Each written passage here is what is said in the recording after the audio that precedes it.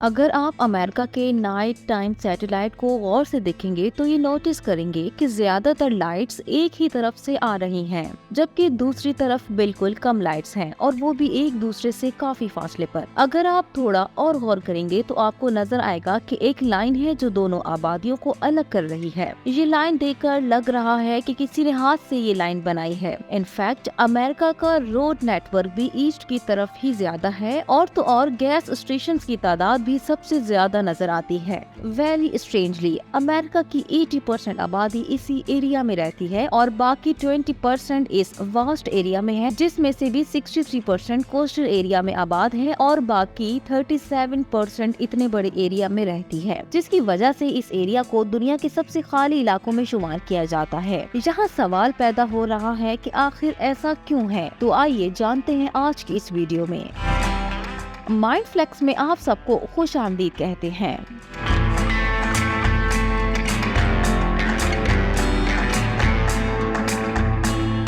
सबसे पहले अमेरिका के नक्शे को देखते हैं, जहां वाज़े नजर आ रहा है कि अमेरिका की बहुत सी रियासतों को स्क्वायरशिप में डिवाइड किया गया है। इसका राज एक्सपेंशन ऑफ यूनाइटेड स्टेट्स में छुपा है। हुआ ऐसा था कि अमेरिका काफी टेरिटरीज खरीदता गया और अपनी अराजी बढ़ाता गया।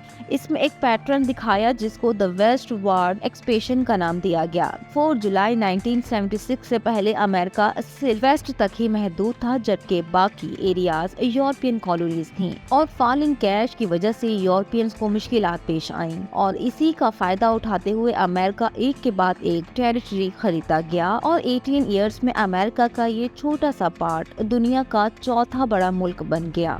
बेसिकली अमेरिका वेस्ट में बना और ईस्ट तक फैल गया और इसी वजह से ईस्ट के मुकाबले में वेस्ट में ज्यादा आबादी है। और ये बात अहम है कि America build by immigrants, so native American और अफ्रीकन स्लेव्स के अलावा बाकी सब बाहर से ही आए हैं और इनमें से अक्सर ईस्टर्न साइड में आबाद हुए। 19th सेंचुरी में अपने मुल्क से नाखुश 30 मिलियन यूरोपियन इमिग्रेंट्स अमेरिका में आए और वो ईस्टर्न सिटीज लाइक न्यूयॉर्क में आबाद हो गए।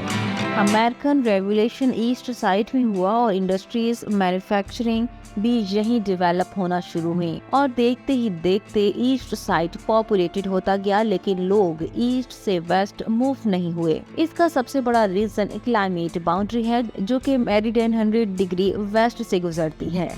अगर आप ईस्ट से वेस्ट ड्राइविंग करेंगे तो ईस्ट में आपको ग्रीनरी, प्लांट्स, फार्म्स और बहुत कुछ, लेकिन जैसे ही आप मेरिडियन 100 वेस्ट क्रॉस करेंगे तो आपको बड़ी अराजी पर ड्राई लैंडस्केप नजर आएंगे और दूर दूर तक कोई इंसान नजर नहीं आएगा।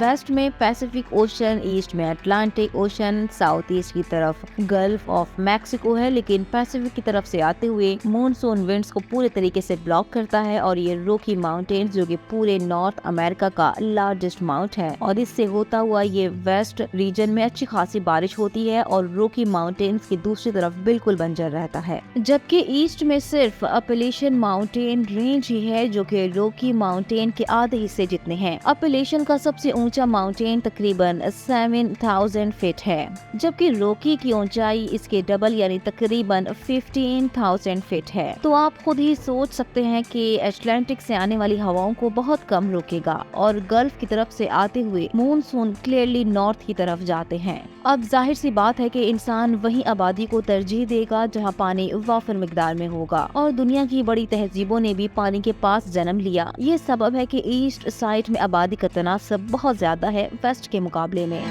यहाँ ये बात आपको हैरान कर देगी कि अमेरिका के इस meridian 100 degree west line boundary हकीकत में एक सदी पहले किसी ने डिस्कवर कर ली थी, और ये थे उस वक्त के top American scientist John Wesley Powell. तसव्वुर करें उस वक्त में उसकी डिस्कवरी करना जब जीपीएस का कोई वजूद नहीं था। उस वक्त जॉन ने ये वाज़े बताया कि अमेरिका की ईस्ट और वेस्ट में बिल्कुल क्लियर फर्क मौजूद है। उन्होंने ये तक भी बता दिया था कि रेनफॉल भी कम है, वाटर रिसोर्सेज भी कम है, और ये भी बताया कि फ्यूचर में यहाँ पानी के बहुत इश्यूज होंगे। तभी जॉन ने अमेरिका के लिए ये मेरिडियन लाइन का नक्शा तजवीज किया था। 1870 में उस वक्त के प्रेसिडेंट थॉमस जेफरसन, जो कि इक्वलिटी के बहुत बड़े फैन थे, वो चाहते थे कि हर स्टेट इक्वल हो। इसीलिए उन्होंने जॉन की आइडिया को रिजेक्ट करके एक ऐसा नक्शा बनवाया जिसमें सारे स्टेट्स परफेक्टली बॉक्स शेप में थे। जॉन ने जो नक्शा बताया था इसमें हर स्टेट के पास वाटर शेड रीजन हो।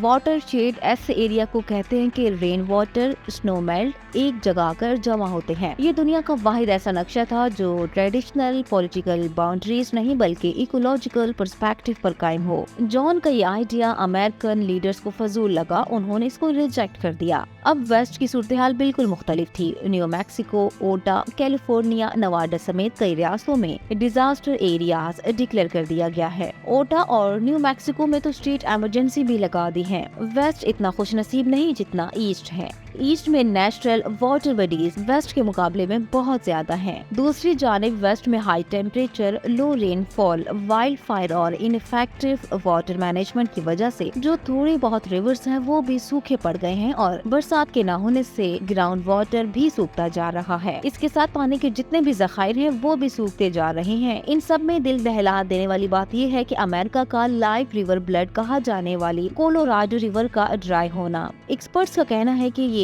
2030 तक एक मुख्तलिफ शक्ल इख्तियार कर लेगा और लोग ईस्ट की तरफ से माइग्रेट करेंगे, जिसके बाद ईस्ट की आबादी और भी बढ़ेगी। और अब पानी के ऊपर स्टेट एक दूसरे से लड़ रहे हैं। ये सब देख के अमेरिका के एक राइटर मार्क ट्वेन का कॉल याद आ रहा है कि in the west whisky is for drinking and water is for fighting. पानी की कमी की वजह से बड़ी बड़ी सिविलाइजेशन जिंदा नहीं रह पाई। क्या आप समझते हैं कि दुनिया का सुपर पावर खत्म होने को है? क्या अमेरिका इस क्राइसिस को सरवाइव कर पाएगा? अपना जवाब कमेंट में जरूर दीजिएगा। माइंड फ्लैक्स देखने के लिए आप सबका बहुत शुक्रिया। मिलते हैं इसी किस्म की मालूमाती वीडियो में। माइंड फ्लैक्स को सब्सक्राइब करें, बेल आइकन को प्रेस करें ताकि आने वाली वीडियोस का नोटिफिकेशन मिल सके।